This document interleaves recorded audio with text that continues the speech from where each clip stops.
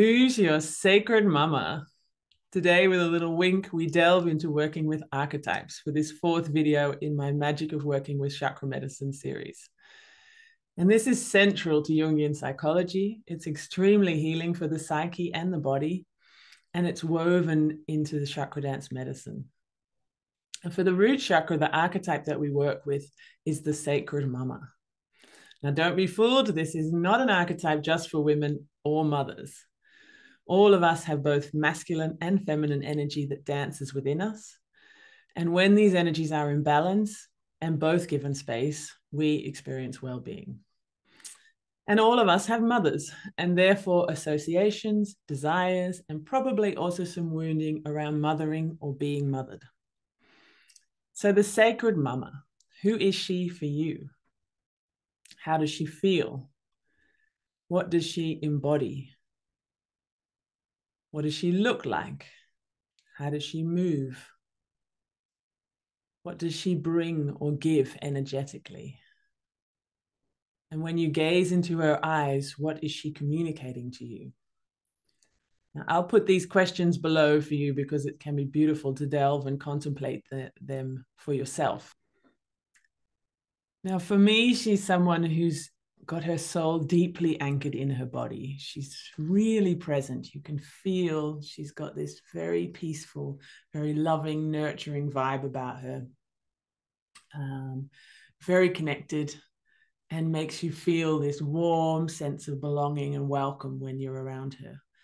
And she moves with grace.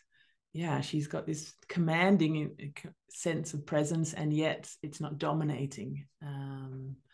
Yeah, just an incredible creative force, which could be intimidating, but somehow it isn't.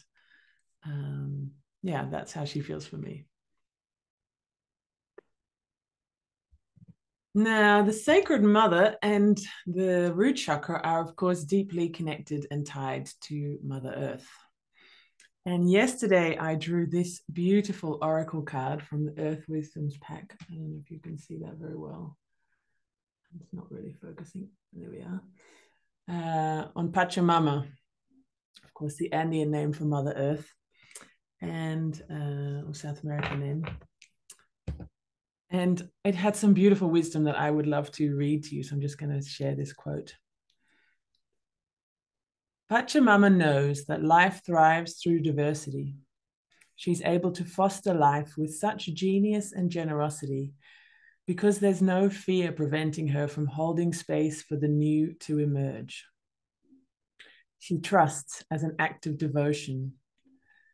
How is it that the boundless diversity of nature interacts as an extraordinary and harmonious ecosystem rather than dropping into a melee of competing interests, destructive conflict, or soul-deadening copycat conformity? It's all a question of holding space for it. The more diverse the input into any field, the more potential there is for conflict, yes, but also for creative innovation. And I would just invite you to take a moment to contemplate how revolutionary that is in our society, and with all the conditioning beliefs that we've received around minimizing competition, minimizing conflict, fear, all around those things, and the need to fit in, and fear of diversity, you know, where this is our origin, this is our mother, is all about thriving through diversity. And embodying the energy of an archetype is an extremely empowering and transformative experience because it allows us to access the energy, the insights, and the wisdom of that archetype.